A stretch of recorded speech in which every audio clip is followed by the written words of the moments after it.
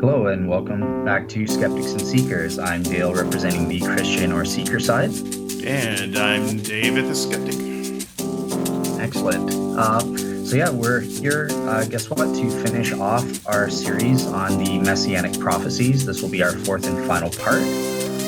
And in this case, what we're going to be doing is I'm going to be presenting just a quick view related to the timing of when I think the Messiah is supposed to come before the destruction of the Second Temple.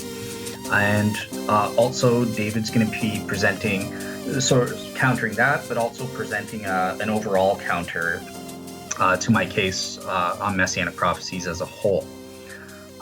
Just getting straight into it.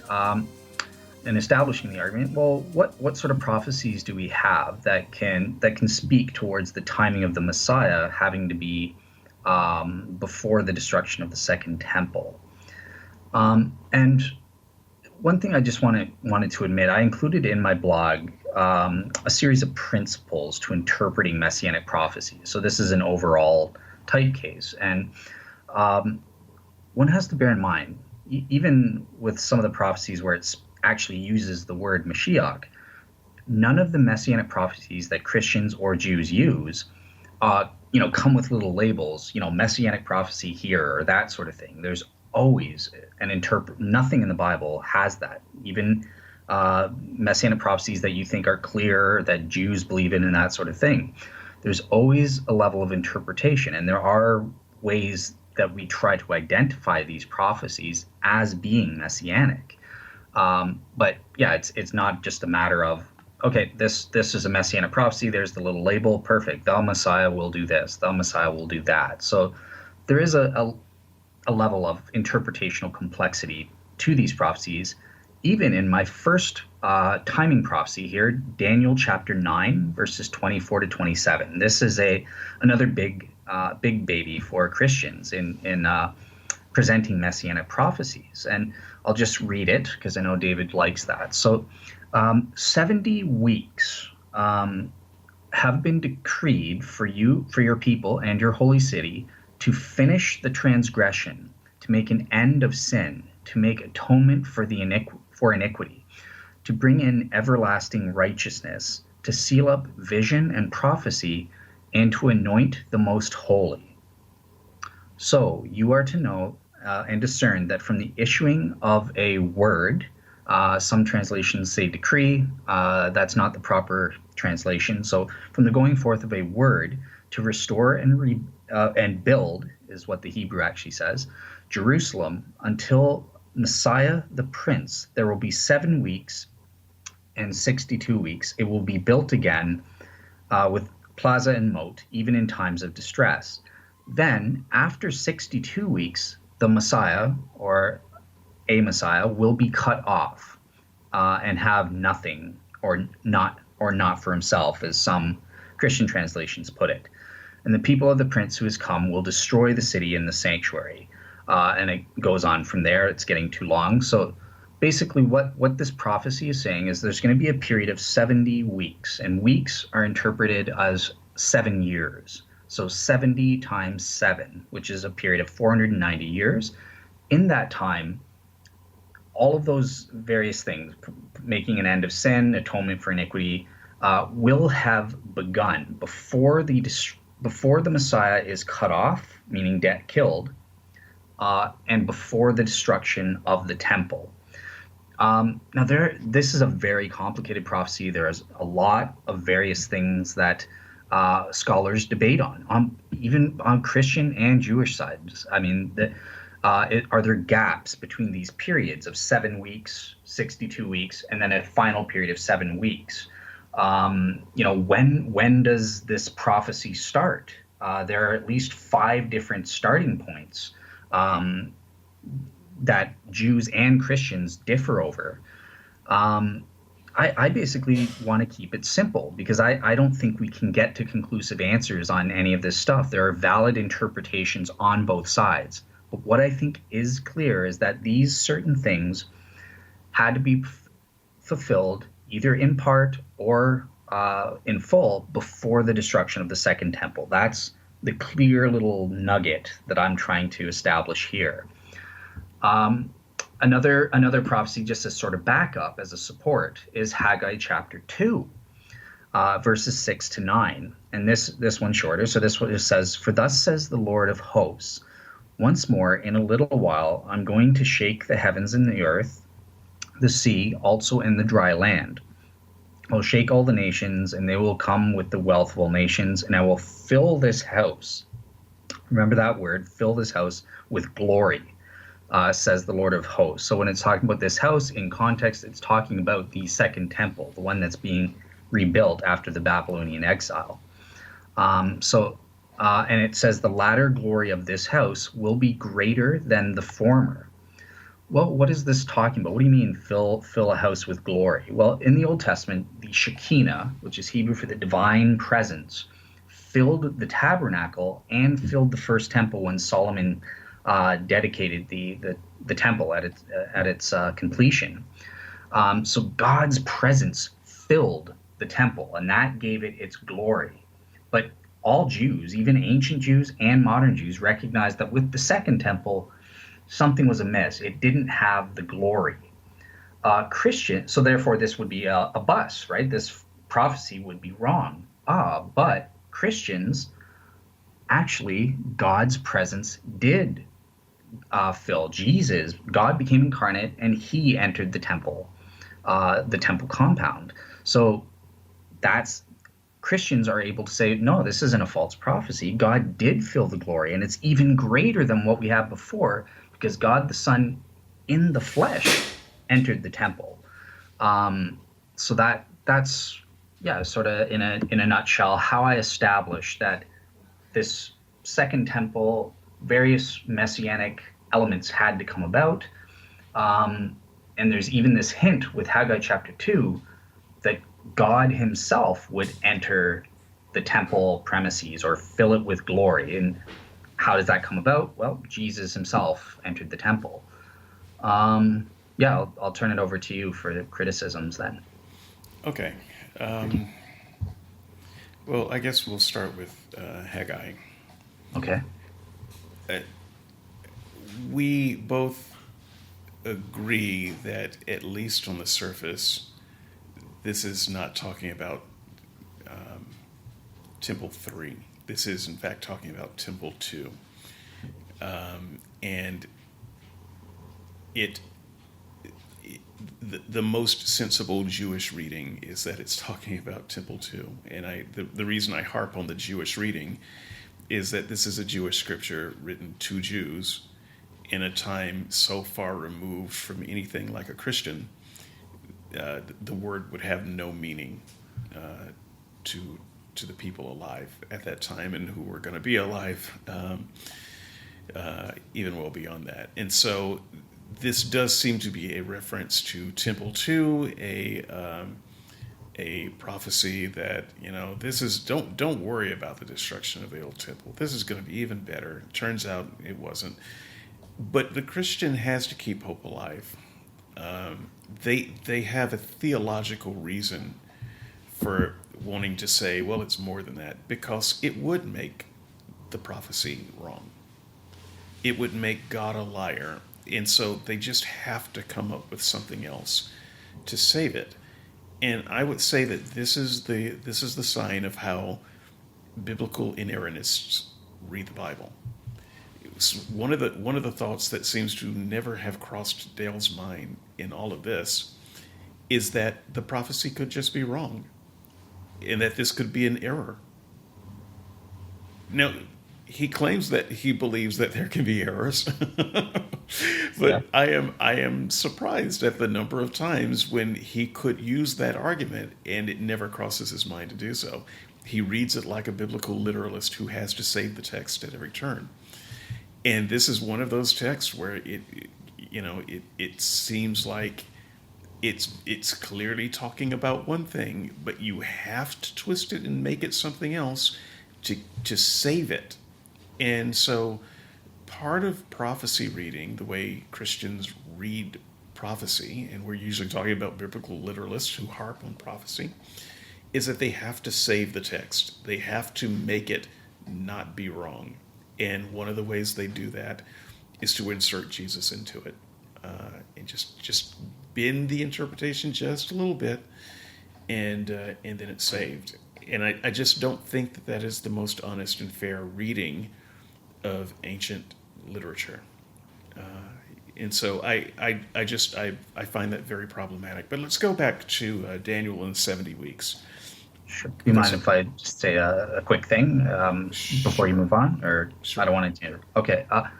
Yeah, I would agree. So yeah, I do think there can be and are errors in the Bible. Um, but I would just say, remember for this argument, you can say this is a bust. It's the circumstance that it's Jesus or a bust, only Jesus only or a bust option. So yeah, you're perfectly free to say, well, this is just rubbish. But then we would still have this odd circumstance that I'm trying to make my argument on, and we would still have that weird circumstance to contend with, and even and, if you and I yeah. will. So Okay. I So will get to the Jesus or bust idea. I'm just, I think your argument would have been stronger had you left Haggai out. So I do want to uh, thank you for acknowledging the difficulty uh, in these prophetic texts, and this was one of the points that I was going to make. Maybe that's why you went ahead and made it preemptively. So but either way, I will thank I you. think it's fair to, yeah, I think it's in my blog as well. You got to be fair. If this is about truth, we can't just pretend that it's straightforward. Well, So but yeah, we most gotta. Christians do pretend that it's straightforward. All you got to do is sit down in front of YouTube and watch for about 10 hours. And you can see that Christians pretend that this is straightforward. Um, Yeah, well, they shouldn't then. it, it Hopefully, this will educate them. it is not. In fact, there's so little that you can be sure of. One of the points that you made that I want to emphasize is just what is Messianic prophecy. Messianic prophecy is in the eye of the interpreter. So one of the reasons I know this is as you study Messianic prophecy from the Christian perspective and from a Jewish perspective, and you make this study side by side, and you just pull together all of the things that the Christians list as Messianic prophecy and the things that Jews list as Messianic prophecy, they're two very different lists. The Jews put things in the category of Messianic prophecy that I do not put in a Messianic prophecy. Just as a reading of the literature and understanding what the Messiah is supposed to be, even from a Jewish perspective, it seems like a lot of that is a reach. And so, if I were debating a Jewish scholar right now, I would, I don't think that I would press the point too much, but I would ask them to explain how do you get this into Messianic prophecy? This doesn't seem to be referencing a Messiah, but they have a very different reading on Messianic prophecy, and it's not clear what is supposed to be a Messianic prophecy and what isn't. In fact, it is not entirely clear what is meant to be a prophecy and what isn't. So you can take the Messianic part out of it. Prophecy isn't as clear as all of that either, and in many cases you just can't figure it out. So in terms of 70 weeks, this is a very important timeline, and Dale mentions that there are 5 places where it will start. Well, one of those places where it starts is prior to Daniel writing this. So the 70 weeks would have begun, maybe 50 weeks ago, so that the prophet is saying, this will be fulfilled right around the corner in your lifetime. That is a reading that Christians don't tend to highlight because it kind of takes Jesus out of the picture. Those who do agree that the timeline begins earlier than Daniel would then say, yeah, but these 70 weeks are broken up. So there's 7 weeks and then 62 weeks and 1 week, and they're not necessarily all in a row. So that's one way to get around that. And another the thing that Dale is doing right now is he's saying, well, however the 70 weeks are supposed to be broken up, they have to be completed before the destruction of Temple 2. And what I am presenting, I'm presenting several resources in the sources, but I'll present at least one in the text where there's a video that you can watch. You can watch all 1 hour and 53 minutes of it if you like, and I think it's probably worth your while if you really care about Messianic prophecy. It's Jews. It's the Jews for Judaism guy. I can't recall his name at the moment, but he's a rabbi, a very good teacher. I actually believe his interpretation of this passage more than I do any Christian interpretation of this passage, but he puts it so much better than I do, and he has a lot more resources and facts to go with it. I'm not even going to try to recapitulate his argument. I would just say that if you care about it, you can watch it. And if you don't care about it much, you just care about it for the sake of this debate, start at 1 hour, 40 minutes, and then watch the last 13 minutes of it. And you will find that his case is just the opposite from Dale's at the end of the day. It's not that the Messiah has to come before the destruction of the temple, but he has to come after the destruction of the temple. Now, I do not plan to argue which interpretation is right. I simply intend to argue that there are multiple interpretations that put the timing before the destruction and after the destruction. And even if you take this seriously, the best you can do is, pick a champion and agree with them. But there is no, if you devote your entire life to the study, there is no insight or epiphany that you are going to get that will ensure you that one answer is right and another is wrong. So at the end of the day, the best I can do is show you multiple views on this and let you realize that anyone who comes up with certainty on this probably should be suspicious of their answers. Do you want to come back on any of that, Dale? Sure. So yeah, as I said, I would agree in part, in terms of coming with these things with certainty. I would say that we could have certainty if you're interpreting that to mean balanced probabilities, that this prophecy is at least saying these certain things in verse 24 are supposed to happen before the destruction of the second temple. And bear in mind, I'm not just disagreeing with modern Jews. Actually, Jews agree with me, ancient Jews like Josephus and Rabbi Akiva, David mentions, they agree with even Rashi. I mean, this is like Saint Anselm for Jews. Rashi is another bigwig that all modern Jews have to follow. He agrees that this prophecy is messianic, and it's talking about the messianic era had to come about with the destruction of the second temple. Obviously, Rashi doesn't believe that the Messiah actually came, so that's sort of an issue. But yeah, there are certain elements that are clear in this, whereas others I don't think we can be dogmatic on as well. Obviously, that's the matter of debate. The second thing that I will back David up on, again, is that what I said, Messianic prophecies don't come with little labels saying, the next paragraph contains a prediction about the Messiah or something like that. So there is a level of interpretation, and there are techniques. For example, automatically, anytime there's any prophecy related to the kings or the kingship of Israel, that's automatically for Jews and for Christians that's automatically you're a candidate, you're a potential messianic prophecy.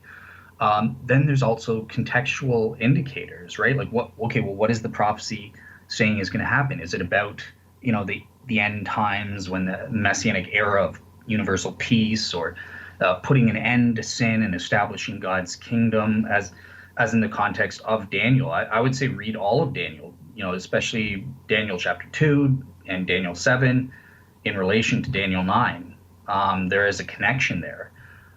So it's the context that gets us to go, this is a messianic prophecy. It's not just prophesying an anointed one, because one thing I should clarify is that it uses the word Mashiach, right? And in Hebrew, that just means an anointed one. There is no such thing as the Messiah in the Old Testament Bible. There are multiple Messiahs or multiple anointed ones. The kings are all So Messiahs. can I just interject Oh, at did this I go? point Yeah, of agreement while we're on a note of agreement? This is one of those areas where the King James version of the Bible yeah, overreached, and by overreached I mean just made stuff up. It took a text that did not, in fact, say the Messiah, and changed it fundamentally to the capital Messiah, as opposed to something more generic. It's yeah. because the interpreters were trying to make an argument. Sure. Yeah, that's absolutely right. In the Hebrew, it doesn't say Ha Mashiach as though the Messiah, capital M. There is no such thing. So that is the King James interpreters reading something into the text. However, I think what they're reading in is actually correct. So I wouldn't take as much of an issue with them, but just from a strict translational thing, they were wrong. Yeah, That's not. if you're a word for word Yeah.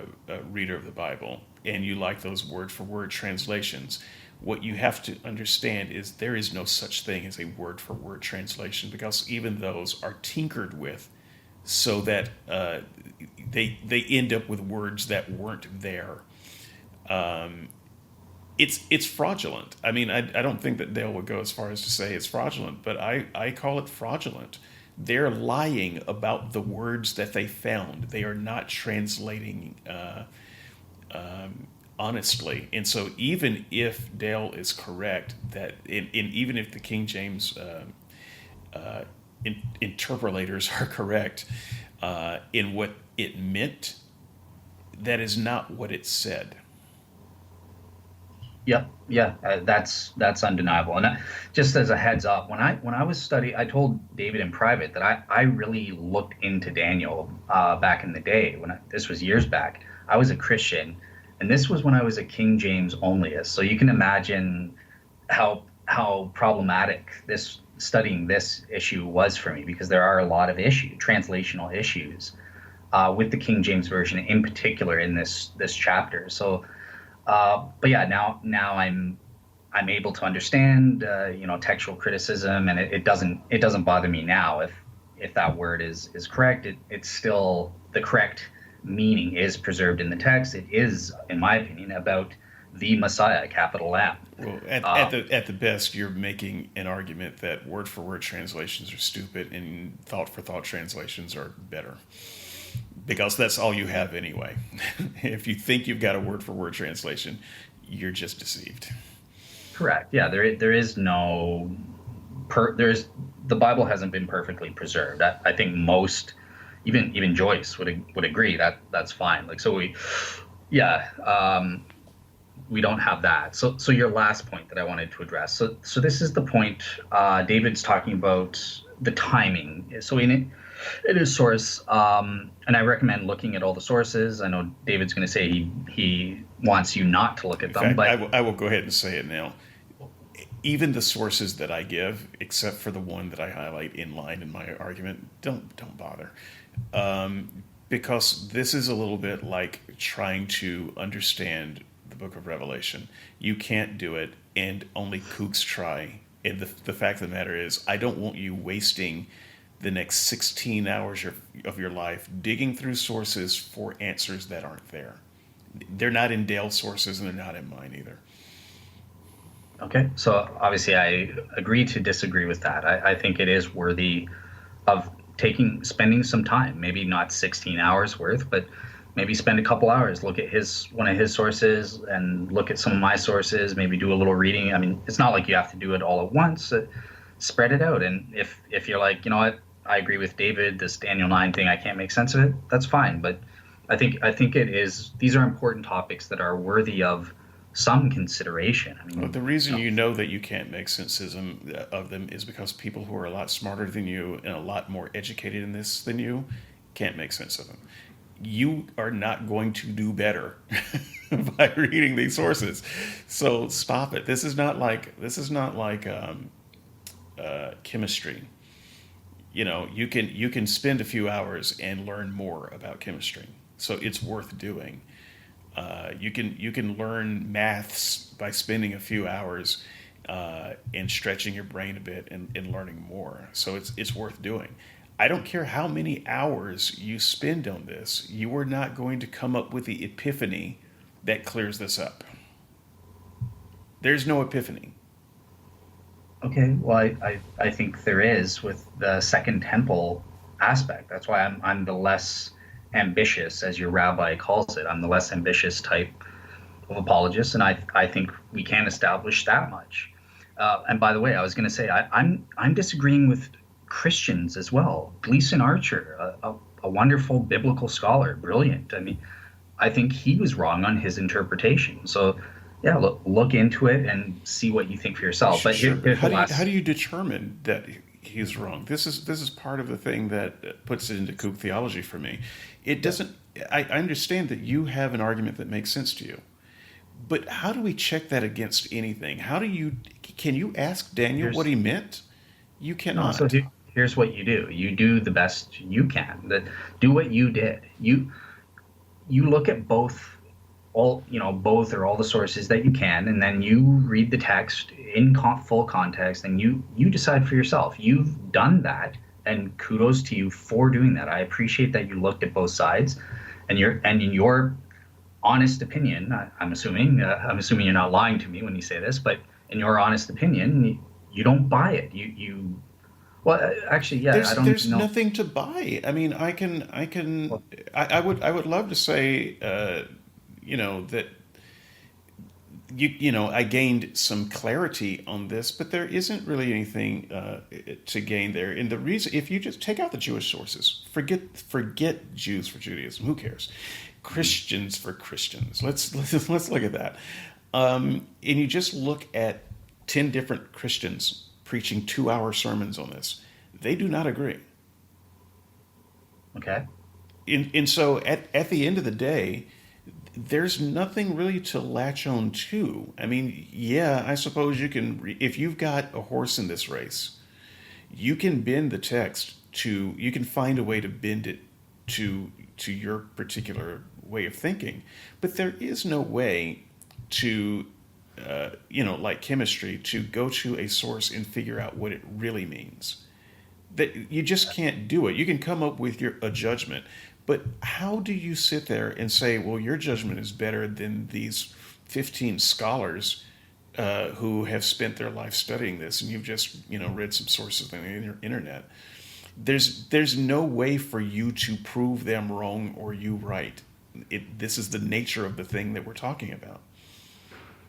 Well, I don't think that's true in all cases. It depends what aspect you're talking about here. So Christians for Christians, all Christian scholars admit this is about the Messiah, about Jesus, and that this Messiah would die and be cut off after this period of 69 weeks, uh, and that it's talking about the destruction of the temple and the city of Jerusalem. So there are aspects in here that all can agree on. These are All the Christians with a particular bent. but even Let's not. Jews, Well, but no, no, they no don't. Jews agree with no Jews ever. No, no, no. I don't. I'm not saying no Jews. What I'm saying is, so I was hoping you would get around to Cyrus. Um, The well, yeah. So but I have one point to bring up that I forgot from your last. So just before you get to you hold Cyrus, on just a moment. so did you mention this in one of you're this? you're robotizing a little bit. So just take a take a beat. Okay. I'll fill that in with a little space. So we are going to get to one of the theories of Messiah in this part. It seems like Dale wants to string that out a little bit, and so I will let him. But I just want to let you know that even though we can agree that this is a quote unquote messianic prophecy, and we don't necessarily agree on what messianic means. We do not agree on when the Messiah was supposed to come, or if it was the Messiah, or two Messiahs, or a series of Messiahs, and who some of those Messiahs might have been. So go ahead. Your issue might be cleared up by now. Okay, so yeah, so just to quickly address that, so David's right. This is another gray zone, although not as gray. It's not a series of messiahs. We know that much. It's either one or it's two. That's what the text justifies. So I actually take the view that it's talking about two anointed ones. That's fine. I think that the first Messiah that comes after a period of 49 years, so that's the first 7 weeks. Remember, that's broken up 7 weeks, then 62 weeks, and then a period of 1 week. So seven, that's 49 years, 7 times 7, and then 62, which is 483 years or 434 or something like that. Not good at math, but and then the final 7-year period. So I think the 49 years is the first Messiah, or the Prince, as it's called, is talking about Cyrus the Great, who was the Persian ruler. He let the Jews return to the Holy Land and that sort of thing. But then it's the second Messiah, the one that's cut off after the following 62 weeks. That's Jesus. So that's the view I take. Christians disagree. So some scholars say no, it's all the same Messiah or that sort of thing, and it's a consecutive 69 weeks and that sort of thing. I'm more consistent with the Jews there. I think the Jews are more correct than traditional, King James Version study of the division there. But here's the point that I wanted to make lastly. So remember I said there are different starting points for this prophecy, and I won't. David says he doesn't want to go down the road. That's fine. But I'm just going to say this. We could talk 3 hours on it and not get anywhere. So that's why I don't want to go down the road. It's not. Once again, people who are interested in that, we're going to provide a lot of resources. Don't read them. But yeah, I'm not turning this podcast in that. We stipulate that there are at least 5 starting points.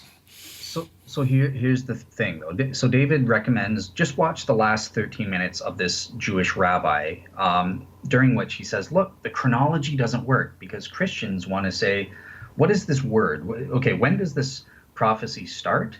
Well, according to him, all Christians say it's 444 BC. He's a little bit off there. It's 446. This is the commission of Artaxerxes I, as recorded in Nehemiah chapter 2, verses 5 to 8. In the first place, that's not true. Actually, there are multiple dates. I myself think it's more akin to a decree of Artaxerxes I in 457 to 453 BC. In that time frame, this is recorded in Ezra chapter 7, verse 12 to 26. So there are different, at least 5 different starting points that people give. So it's not necessarily the fact, this rabbi just takes this one and then it says, well, when we calculate it out, it comes out to 38, or what he says, 39 AD. That's too late for Jesus. I guess it's a false prophecy. And he talks about how the temple only stood for 420 years. Therefore, David will say this proves that part of this prophecy, these 70 weeks, has to be the future, just like what the Jews have always been saying. But David is absolutely wrong here. Every scholar who's not a rabbi, Jewish rabbi, doesn't matter, atheist, agnostic, every scholar admits the Jews are wrong. You cannot listen to them for chronology. They are 200 years off the mark. They have the Babylonian exile happening in the 400s BC. We know it took place 606 to 605 BC was the initiating, and then the temple was destroyed in 586 BC. Or 587 BC, in that time frame. That's secular chronology. Christians are with secular scholars. Only Jewish rabbis, because they have oral tradition that's flawed and wrong, follow this, that the temple was only around for 420 years. No, it wasn't. Every secular scholar in the world says it was around for 600 years. So if you're watching that 13-minute clip, just be aware that there's this discrepancy in the chronologies, that Jewish Orthodox Jewish rabbis use versus secular scholars and Christians. So I don't think that was the only point. I just wanted to say, like, don't go by that and think, oh, it's impossible. Christians can't be right. Okay. There is a And if you discrepancy. think Dale has an argument here, then force yourself to watch the whole hour and 53 minutes. And I think that the rabbi makes points beyond this point. So I don't. But this is just Dale saying all Jews are wrong about Judaism, and I don't actually give much credence to that. But Do, that's me. do, so just to clarify, just for my own knowledge, so you side with Orthodox rabbinic chronology. You agree with that against? What I would side with is rabbinic interpretation of their own writings. Okay. So you might talk about, well, the date the Jews were in captivity, or the date the original temple was built, but the Jews may not look at these dates literally. They may look at them in a theological view. I mean, they have access to Wikipedia. They have access to the internet. They have access to schools, pretty good schools. They have access to history and archaeology. You're not telling them anything that they don't know here. I think that what you miss is some of the nuance of how this Jewish literature was written and read in the first place. So I think that when your argument, and it wouldn't matter to me if we were talking about Judaism or Islam or whatever, when your argument is that the whole of their scholarship is, they just don't know what they're talking about, I tend to dismiss that, because that tells me that there's something that they're saying that you don't understand. Okay. So yeah, this is one of the occasions where I will be strong. No, Jewish rabbis don't know what they're talking about on this specific issue of the chronology. Jim, I know that you're knowledgeable, but you like the history, pure history from peer-reviewed historical scholars. Maybe you can chime in and give your take on this because I know David won't take it from me, but if you're at least backing me up on this, that the Jewish people are off on their chronology, that's the only point I wanted to establish. So therefore, if you're going to create an argument that the Christian interpretation is impossible because the dates don't align up, then you can't do that. But that doesn't mean Christian interpretations of everything is correct and that sort of thing. That was the only point I was responding to there. Yeah, I think so. I think yeah, I guess I think at this point I'm happy with covering that, the timing issue, unless David has anything else he wants to bring up. But did you want to get into any overall type considerations of the Messianic prophecies? I know Yeah, you so had. I want to go ahead and quickly make my case for why I think your case is wrong. So if you're done making your case, Yeah. then I will make my case. Yeah. Yeah. And don't worry, audience, I will make this painless. So, right. So you've seen Dale's strongest case this week on the timing. It has to be within this time frame. That this is Dale's argument. Every week before this, I think the case has been so weak as to be laughable and easily dismissed. He hasn't really said anything that narrows it down to Jesus, and so you have to say, well, then this has to be the thing that it rests on, and it doesn't rest easy here. But I decided to do one better, which is to say, I don't care. Make the timing anything you want, because we can go to any point in history and find Jewish candidates. And so if you said, no, the Jewish Messiah has to be within the 1900s, okay, I would have just said, all right, here are a couple of candidates from the 1900s. So I don't honestly invest a lot of energy into the timing argument. because Messianic prophecies, there have been messiahs all throughout history, and every one of them has had the backing of some John the Baptist style priest who says, "Yep, this is the guy. This is him. Look, he matches this criteria and this criteria and this criteria. It's him. Everyone rally behind this guy." So, just looking at the time around Jesus to figure that out. I pulled up a couple, but I just want you to know it doesn't matter what you think about the couple that I pulled up. Do your own research. Pull up 50 more. They're there. History records their stories. I think in ways that are more believable than they record the Jesus story. History doesn't really record Jesus' story. We have theological documents for that.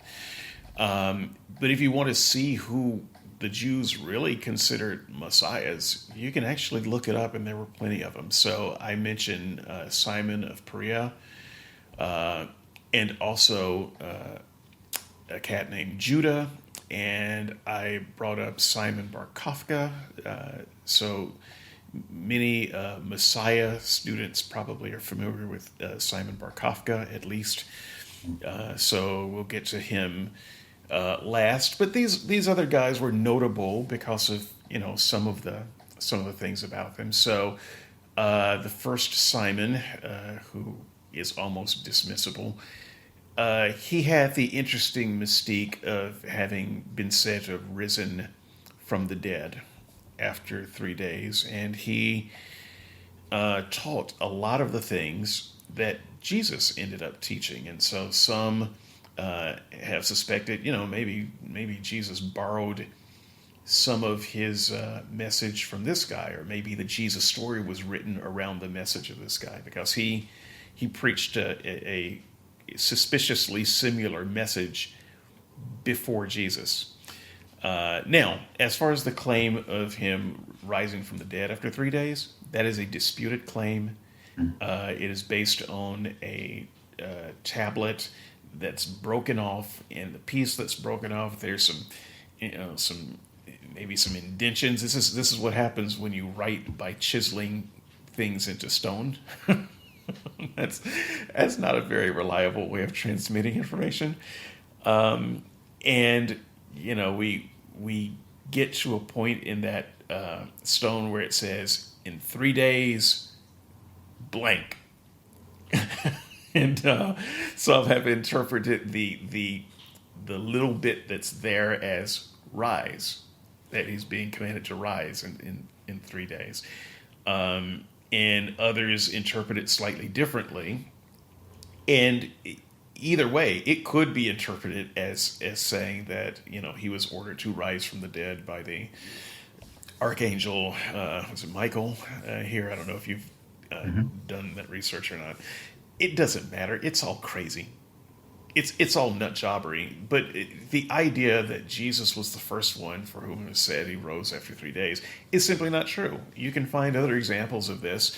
You can find other examples of this in Messiah figures, but you can certainly find other examples of this in God figures. Horus is probably my favorite Jesus analog. So the Jesus story, not terribly unique there, and even his message, not terribly unique. I mentioned Judah because... Why did I mention Judah? Judah was the one who taught the message that was very similar to Jesus, not Simon of Perea, so my apologies there. And then we come to Simon Bar Kokhba.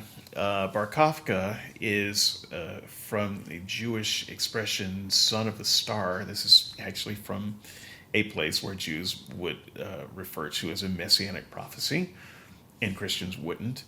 But he had as his prophet Rabbi Akiva. Rabbi Akiva is one of the more interesting figures in Jewish history. I think Rabbi Akiva is probably more interesting than Bar Kokhba. And I think this is true of a lot of the messiahs, because, like I said, the messiahs had heralds, kind of like Jesus had John the Baptist saying, "Make way, the messiah's coming, this is the guy." Well, that story is not unique. All of the messiahs had heralds, at least a lot of them did. And in this case, Rabbi Akiva would have been one of them. And Rabbi Akiva was not just any old Jew shouting nonsense. He was the father of modern Judaism. I say that without offering much by backing up, except I'll leave a link and you can read it. But he was probably one of the most important Jewish rabbis of that time, and maybe the most important, most influential Jewish rabbi to this day. This is a man who knew Scripture. This is a man who understood messiahs and Messianic prophecy and the Messianic expectation.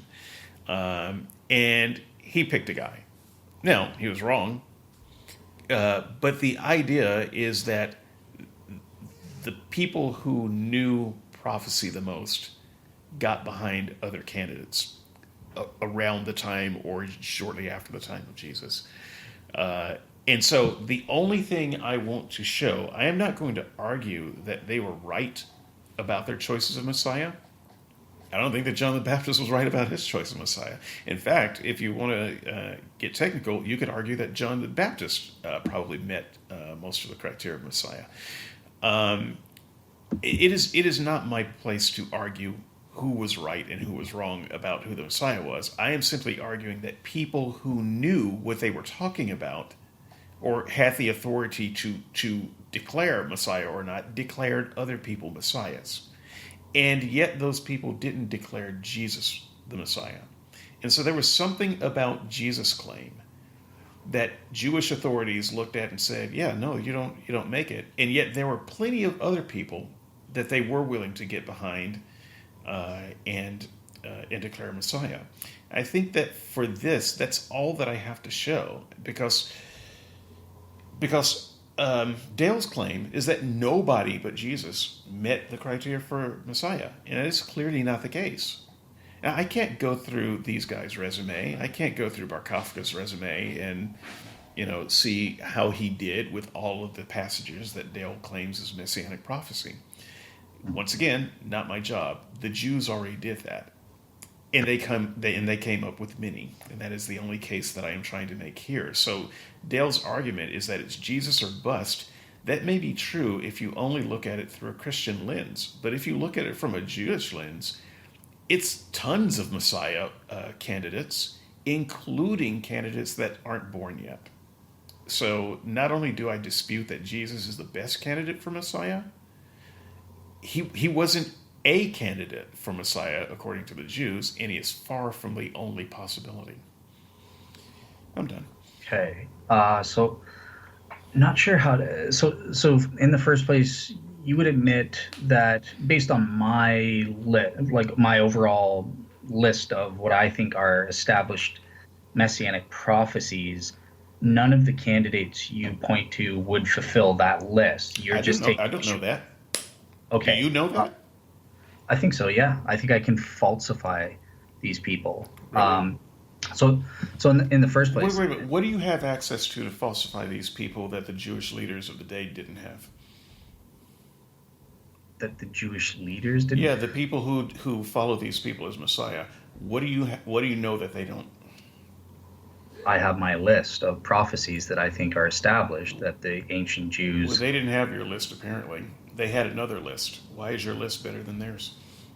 They had some of the things on my list, but they just had different interpretations. That's why. Because but according to you, no Jewish candidate had everything on your list, and so it could be that there's something wrong with your list. Have you considered that possibility?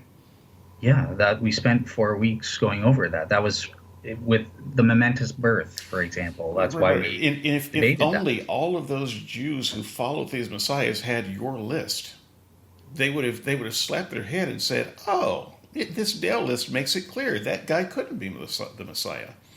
Correct. If they had my do you hear how that sounds? That doesn't sound crazy. It Obviously, does. It there sounds isn't a list. it That's why. sounds arrogant to the height. If only they had your list, then all those rabbis could have kept from making a mistake. Why does that sound arrogant? If they had my list, if somebody went back in time and said, "Hey, here's a list of qualifications for the Messiah," they would see that. That's obviously what the debate's about. So They didn't have why do you think that they made those mistakes? Did they not know their Bible? Did they not yeah, understand their own prophecy? Tell me. I think yeah. There's a multiplicity of Well, reasons for I want to this. They hear it had come out of they your had mouth. This cultural this almost anti-Semitic idea that the Jews were too stupid to understand their scripture. I want to hear you say that. and anti-Semitic. Okay, I very do good. think that's an anti-Semitic idea, but To if think it's that they were maybe, wrong. Well, I then just you're want to right. hear you say it. The I Jews don't. were too stupid to understand their scripture. They wouldn't know a Messiah if it came up and slapped him in the face. Go ahead and say that. I don't think they were too stupid, but I Then what think that were there is a they? variety of cultural No, don't influences give where me a they were variety of only. cultural influences. Tell me No, why that's they were wrong. Why did that they is miss one of it? the that is one of the reasons because they had That's not a cultural reason. blinders on. This is the Cultural reason. blinders doesn't mean anything. What are the It cultural means blinders? Why did they miss it? okay. Number one, because they probably didn't. They had cultural blinders on in terms of what they were expecting. We all know the All culture. of them. They were expecting a kingly. The mainstream establishment that you're Hmm. talking about. That is who you're talking about. Yeah. Yes. I mean, it's like asking me, why didn't the mainstream establishment understand what the Essenes taught and stuff like that, right? There's any number of reasons that the Jews could be wrong. We know repeatedly in the Bible itself, Jews wrote the Bible, like Isaiah, saying the mainstream Jews don't know what the hell they're talking about. King Josiah, they totally forgot the Torah, totally brand new. They just find it in the palace and remember. Same with after the Babylonian exile. This is in Ezra and Nehemiah. The Okay, then Jews, why do you by and side with the large, minority voices? because you look into the text and you decide for yourself, have I established that Isaiah 7:14 is talking about the Messiah having to have minimally a momentous Why do you birth establish that of David Isaiah knew what he was talking about? because he's a How do you prophet establish? and Because he's a prophet. yeah, in the canon of the Bible.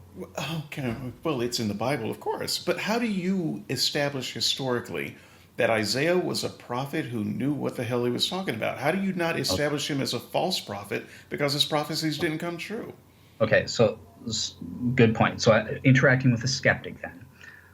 Here's the literature that Jews and Christians take to be authoritative, and I'm making my argument based on that. We can identify it that it's either Jesus or bust. So you don't have to accept that Isaiah was a prophet. You just have to accept some guy wrote this stuff, and that points to either Jesus was the Messiah or a bust. So this is where you bring up various options within the time frame. So in the first place, so can I? Yeah. So in terms of the list itself as a whole, I get that you Jews have a different list. They only focus on the Messiah's role as the kingly Messiah, the Messiah ben David, as the Essenes would have called him, and they just ignore all of the prophecies that are about the Messiah ben Joseph as the No, they don't. They simply think that they're fulfilled in other ways. They're not, in fact, talking about the Messiah as they think of the Messiah, the main figure of the Messiah. okay, so They that's do not modern. ignore, they do Yeah, not exclude. They would not necessarily consider Isaiah 53 as a messianic prophecy.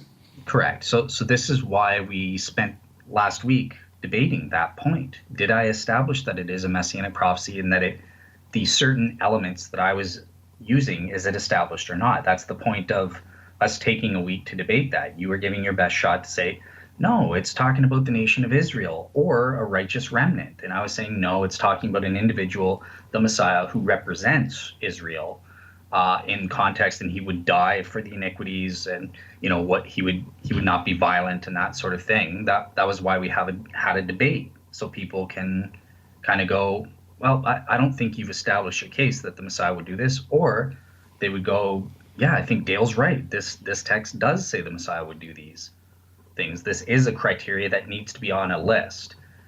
Uh, that's the point of debating it. So Well, so we did debate that, and I don't think you established your case. I think my case was okay, better, but that's fine. You think it belongs on the list, but the I Jews do. did not think it belongs on the list. And so, if you had presented your list to the Jews at the time of Jesus, they would have said, "No, this is nonsense. You don't understand our scriptures." And what you're saying is, "No, you're full of nonsense. You don't understand your scriptures."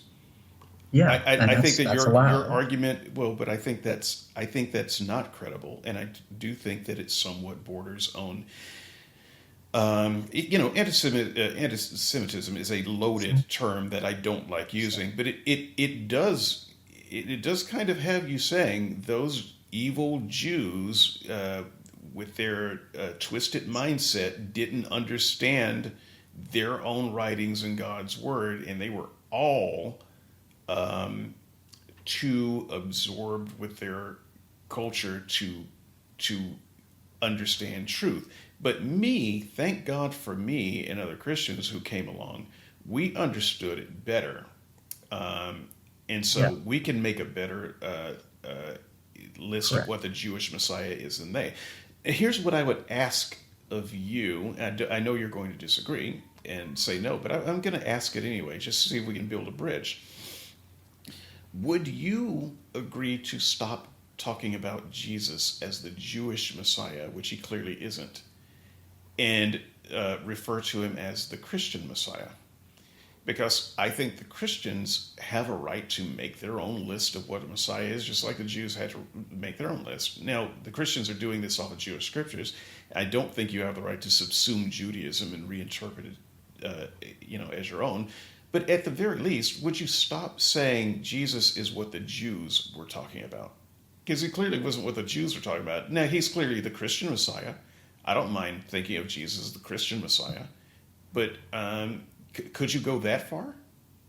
Um, okay, so to accommodate you because you're take so in the first place I wouldn't no, but because of the way you're taking it, I would compromise and say fine. I think Jesus is the biblical Messiah. Let's say that based on the Old Testament scriptures, he is the biblical Messiah. And that I would be comfortable with that.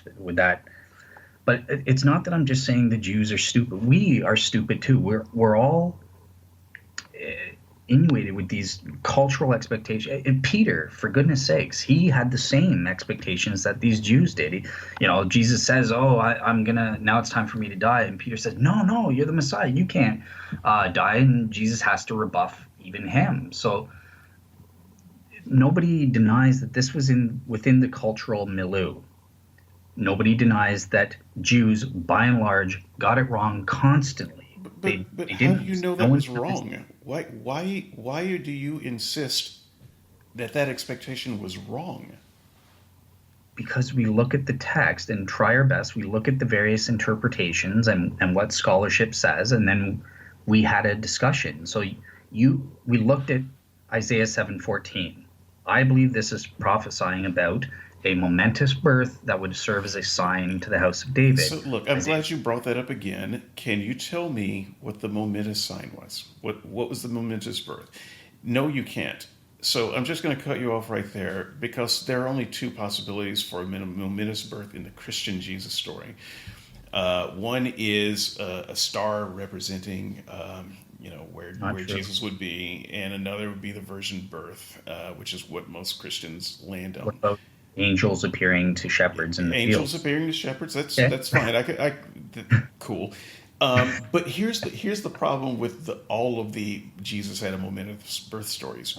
They're all fiction. So I would argue that if anything, there is evidence that Christians were so desperate to line up their story with prophecy that they made stuff up awkwardly. Now, why do I say that? Well, we can read Mark as it stands now. Mark starts with chapter 3 of Matthew and Luke, but of course, Mark came first. Mark does not know anything about a momentous birth of Jesus. He knows nothing about it. It defies reason to say he knew about it, but he just didn't think it was important. It's probably the most important thing he could know, but he didn't include anything like that, not to mention. What Jesus was in Mark was just a guy who got baptized, and then something special happened to him after that. Mark doesn't have any momentous birth stories.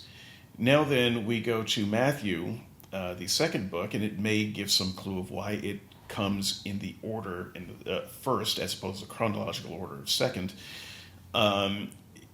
The original Matthew, there's some evidence that the Ebionites used a version of Matthew that did not include the first two chapters. All of the momentous birth stories are in the first two chapters of Matthew.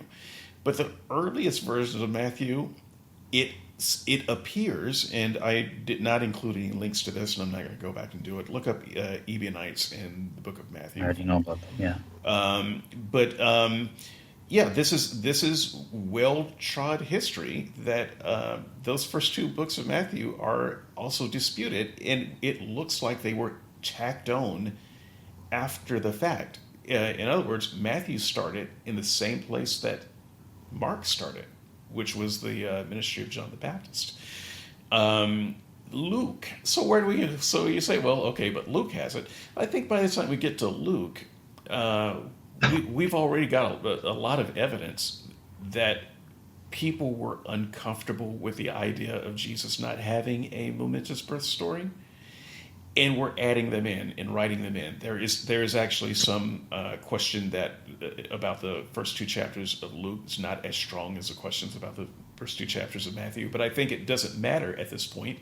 We have reason to believe that the first two chapters in Luke were made up, because we have in these first two chapters all of this stuff about virgin birth and angels talking to Mary and the shepherds and so forth. But later on in Luke, we have a thing that seems to be older and that remained in the text, which is where Jesus was in a crowd and his family was outside and wanted to see him and take him away because they thought he was mad. And Jesus wouldn't go with them, and he wouldn't let them in. And the reason this stands out as such a sore thumb is that if, in fact, the first two chapters of Luke were legitimate and they had actually happened, there's no way that Mary would be sitting out saying, oh, he must be mad, as if she had forgotten that he was the child of a miraculous birth who was actually God incarnate. So no, there's no good reason to believe that there is any legitimate momentous birth story about Jesus that wasn't tacked on, just like the ending of Mark was tacked on later to fix a theological problem. Okay, so I'm debating whether I have to even address this or not, because the Ebionites, Jewish heretics, they were not Christians.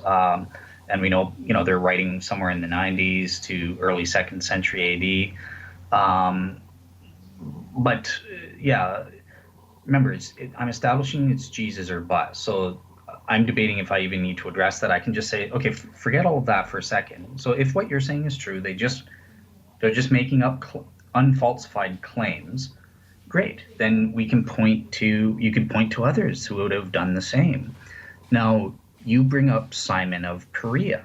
I've been trying to get to your examples. So he was the one that most intrigued me because you said he rose from the dead after 3 days. And I was glad that you gave a bit of explanation there, because I did look into, we in Josephus. Josephus mentions this. There's a couple of paragraphs with him. This is in his Jewish War, book 2, verse 57 to 59, and also in Jewish Antiquities 17, page 273 to 277.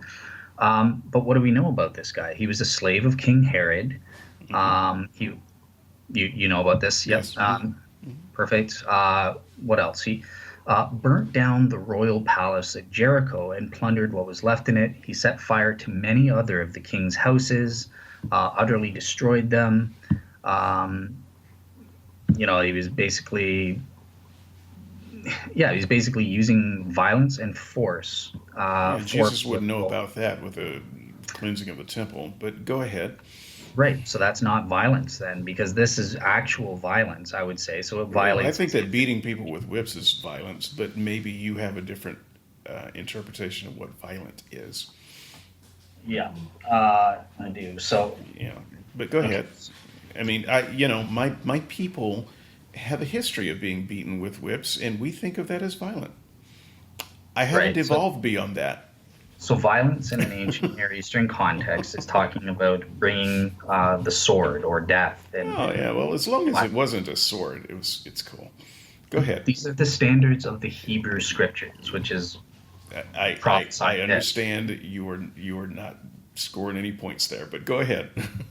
Okay, well, that's the standard that the guy who wrote the prophecy would have understood. They wouldn't understand a modern thing. Oh, whipping, that's mean, that hurts. They don't think of violence in that way. Sure. Okay.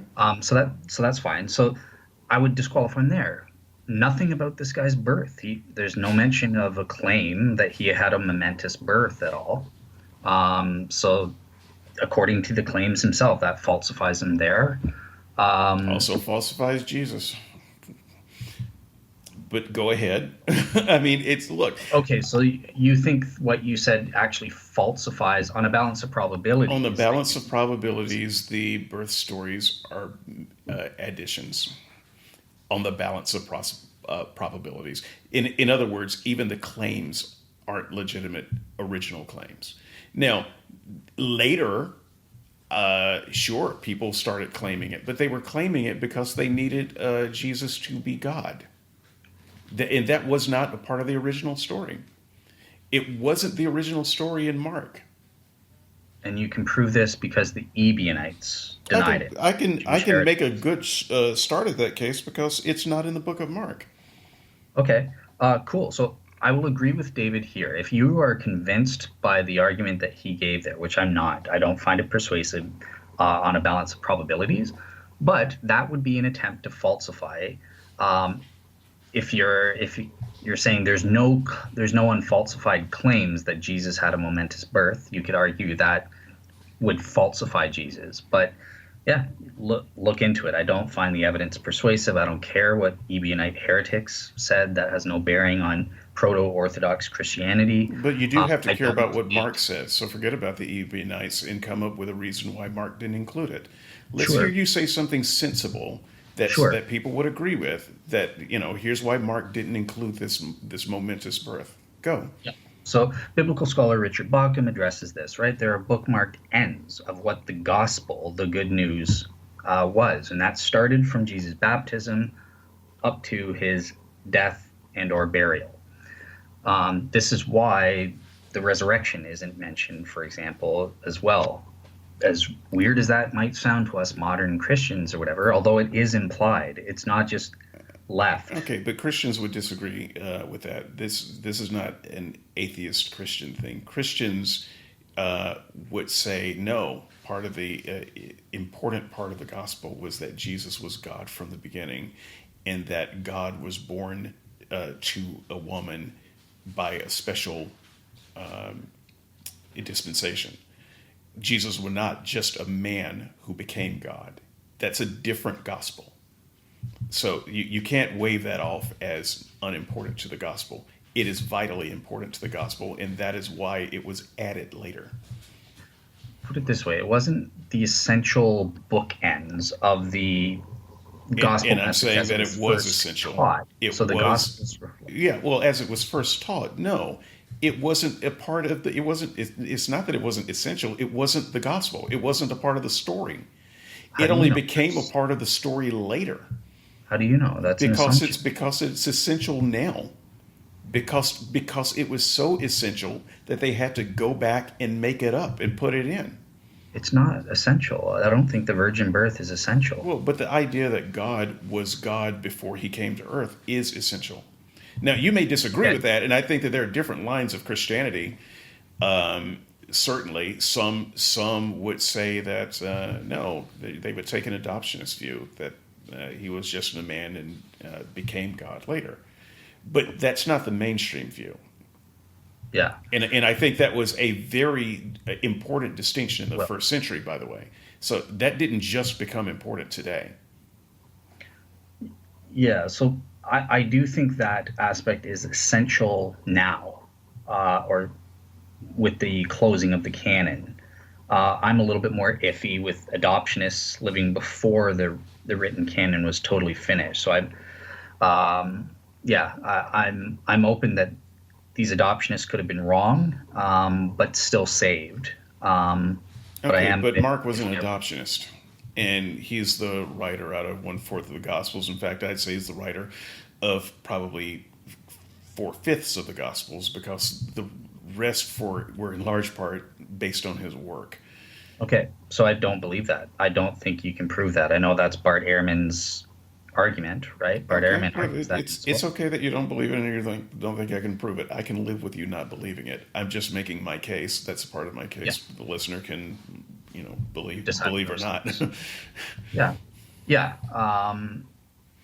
yeah. I guess yeah. That's why it comes down to this is why it's important for you guys to get into the text and decide for yourself. Don't just listen to me or David. Don't just listen to some Jewish rabbi or whatever. By all means, listen to what we say or listen to our sources, but you have to get into the text and decide for yourself what does this mean. You are responsible for you try your best to come to the truth. So this is sort of where I'm this is why I have a relativization based. It doesn't matter whether you're the stupidest person in the world, if or you're the poorest person in the world or something. You lack resources. You're only obligated to do your best to whatever degree you're capable of to figure out the truth, and then it's on God. If you are not saved solely because you couldn't afford a computer to do internet research, that's on God. Um, that's the way I look at it. So the standards are relative based on the individual involved. Yeah, if So only those Jews had had computers. Anyway, so yeah, great. So at any rate, next week we're going to talk about the Bible. I've not worked out with Dale whether we're going to do a series or not. I don't actually like the series per se, because part of the I think what makes this podcast unique, and we have so few things that make it unique, and I want to keep those things that do, is that we have a Christian and an atheist who gets to shape the conversation every other week. And I think this is just not intended to be. Let me finish this statement. This is not intended to be a criticism on Dale. I agree to do this, but it has been a break from that, and I don't want to break from that. I want to go back to stating what I believe or don't believe and why, and giving Dale a chance to rebut that, and immediately giving him a week to do the same. And I think this type of series takes us away from that, and I think that's an important thing that makes this podcast good. So I want to go back to that. But for the next series of weeks that I have the topic, yeah, I can. that's This is the thing that I can let you know that I'm talking about. I will be talking about why I do not believe the Bible is a valid guide for knowledge or truth or ethics, and why it should not be taken seriously. Because at the end of the day, right. Okay. all of Dale's arguments from the last 4 weeks really hinge on the Bible being true and worthwhile. So, regardless of whether whether you think he made his case based on the literature of Hebrew prophecy, you still have to make a judgment of whether Hebrew prophecy matters. So it is not enough simply to say, well, here's some Hebrew prophecy, and I got the best interpretation of that. Now, I happen to think that I have the best interpretation of that, but it doesn't matter. What matters is, should we be trying to gain truths and insights from Hebrew prophecy in the first place? And I will be making the case that whether it's Hebrew prophecy or eschatology or the Gospels or the letters or the books of history, my case is going to be why we shouldn't be looking to the Bible for truth and insights and ethics. And so I don't know how many weeks I'll be on that, but for a few weeks, for the weeks that is my turn, and I will turn it over to Dale, and he can close it out. I don't even want the last word. Yeah. Yeah. So that's all I was gonna say. Like, I never asked you to do it consecutively. Like, I was always planning whenever I do a series, I was gonna do it okay on my week. If I want to take 4 of my weeks to do Messianic Prophecies or talk about uh, the coherence of theism or something like that, that's fine. But then you get to mix it up the other week. So yeah, I think it's good to alternate. So that way each of us has the power to choose whether we want to do a series on our weeks or not. Yeah, I don't think that doing it consecutively was fair to you, but then again, you were the one that offered it, so I'm like, okay, whatever you want to do. Yeah, so hopefully you guys enjoyed the series on Messianic Prophecies. Hopefully you think I've established something that's worthy of consideration. Have I crossed all the T's, dotted all the I's on this circumstantial argument of Jesus or bust? No, I haven't been able to do that. I haven't addressed all the criteria. For example, in my G-Belief Authenticating event, I haven't surveyed all of the different ways that could refute this argument.